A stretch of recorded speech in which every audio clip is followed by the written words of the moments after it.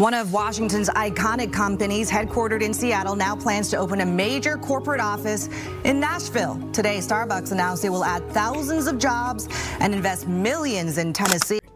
Right now, at this very moment, the company that invented the $7 latte, the company that put Seattle on the global map, the company so tied to this city's identity that its green logo became shorthand for the Pacific Northwest, itself is packing up a 250,000 square foot office and shipping it to Tennessee. Not a single barista location, not a regional hub, a brand new Southeast corporate office, 2,000 jobs, $100 million in fresh capital, and a hiring portal already listing the kind of senior director roles, global supply chain, sourcing strategy that have been Seattle positions for over 5 decades. Starbucks was born in Seattle in 1971. It grew up there. It made that city famous for something other than rain. And now, 55 years later, it is telling Tennessee what it once told the world about Washington. We believe in your future. And here is the part that should make every person in Seattle stop and ask a very uncomfortable question. The mayor, who is supposed to be fighting for this city, she already told Starbucks exactly what she thought of them, out loud, on a picket line, with a microphone in her hand.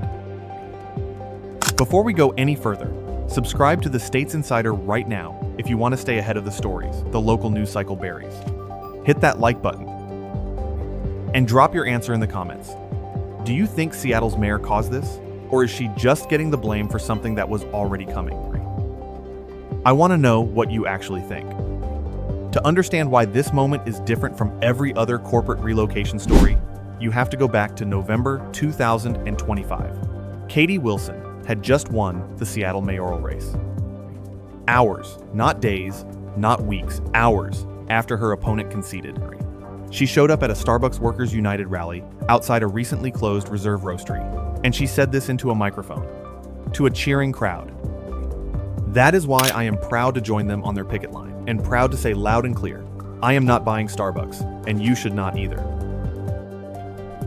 That was the mayor-elect of the city, where Starbucks was founded, standing outside a shuttered Starbucks location, leading a boycott chant against one of Seattle's most iconic employers. And it did not stop there. In April of 2026, just weeks before Starbucks officially announced the Nashville expansion, Wilson was at a Seattle University event and was asked whether she was worried that millionaires might leave Washington over the state's newly passed 9.9% income tax. Her response was not concern. It was not measured diplomacy. It was a laugh, a wave of her hand, and this. I think the claims that millionaires are going to leave our state are like super overblown. And if the ones that leave, like, bye.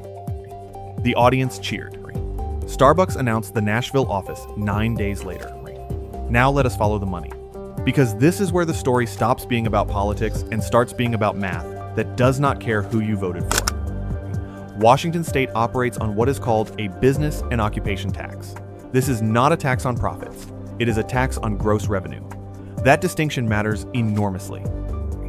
It means that even in years where a company is losing money restructuring, investing, rebuilding, Washington is still collecting from the top line.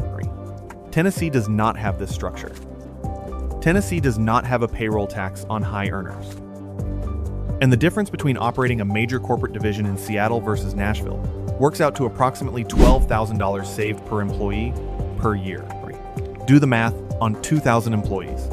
That is $24 million annually, not over a decade, every single year.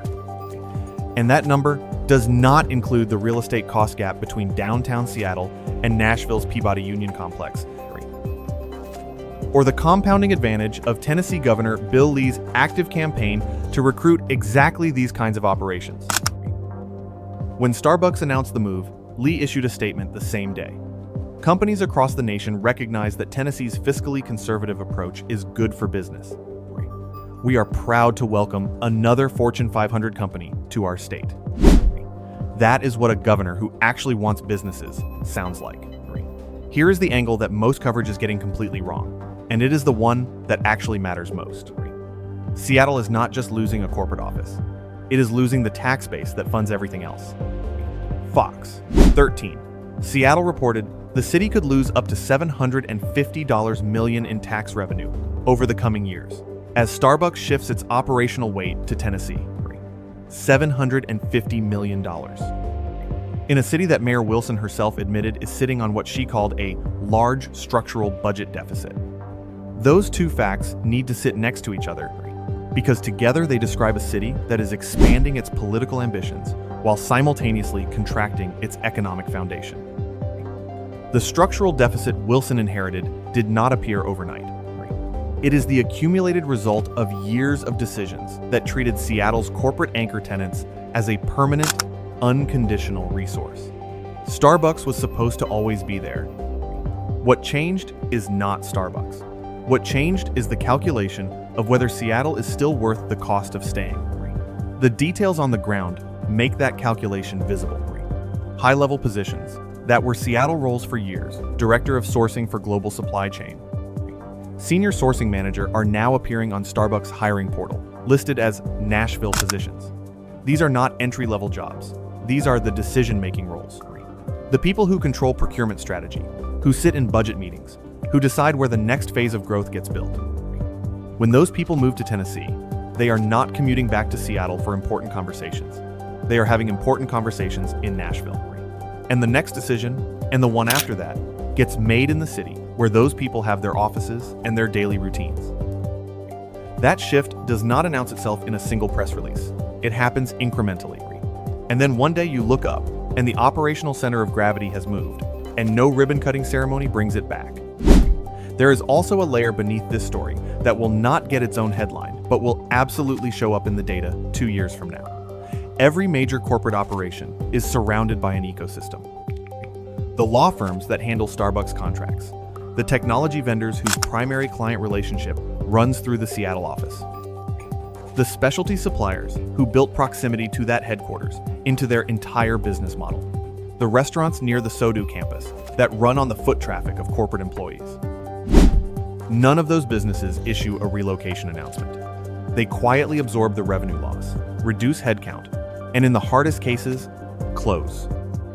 The visible number is 900 positions eliminated in Seattle and 2 roasteries shuttered. The invisible damage compounds for years underneath that headline. And consider this final detail.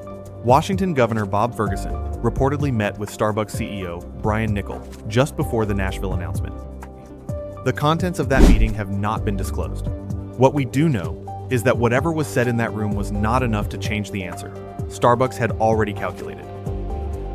When a company has already signed a lease, already posted the Nashville job listings, already committed $100 million, a meeting with the governor is not a negotiation. It is a notification. Here is the bottom line. Starbucks did not leave Seattle because it stopped believing in coffee. It left because the math of operating in a city with the highest combined state and local sales tax rate in the country, a gross revenue tax that collects regardless of profitability, a brand new 9.9% income tax on its highest earners, and a mayor who stood on a picket line outside one of its own buildings and urged a boycott, that math finally produced a different answer than it used to. And the mayor's response when asked about businesses leaving? Bye. Tennessee said hello, and Starbucks answered. This is the State's Insider. Subscribe to this channel if you want to keep following what the numbers actually say underneath the announcements. Hit the like button to push this to more people. And drop a comment below. What would it actually take for a city like Seattle to reverse this trend before the next major employer runs the same calculation? Because the math is public. The decisions are documented.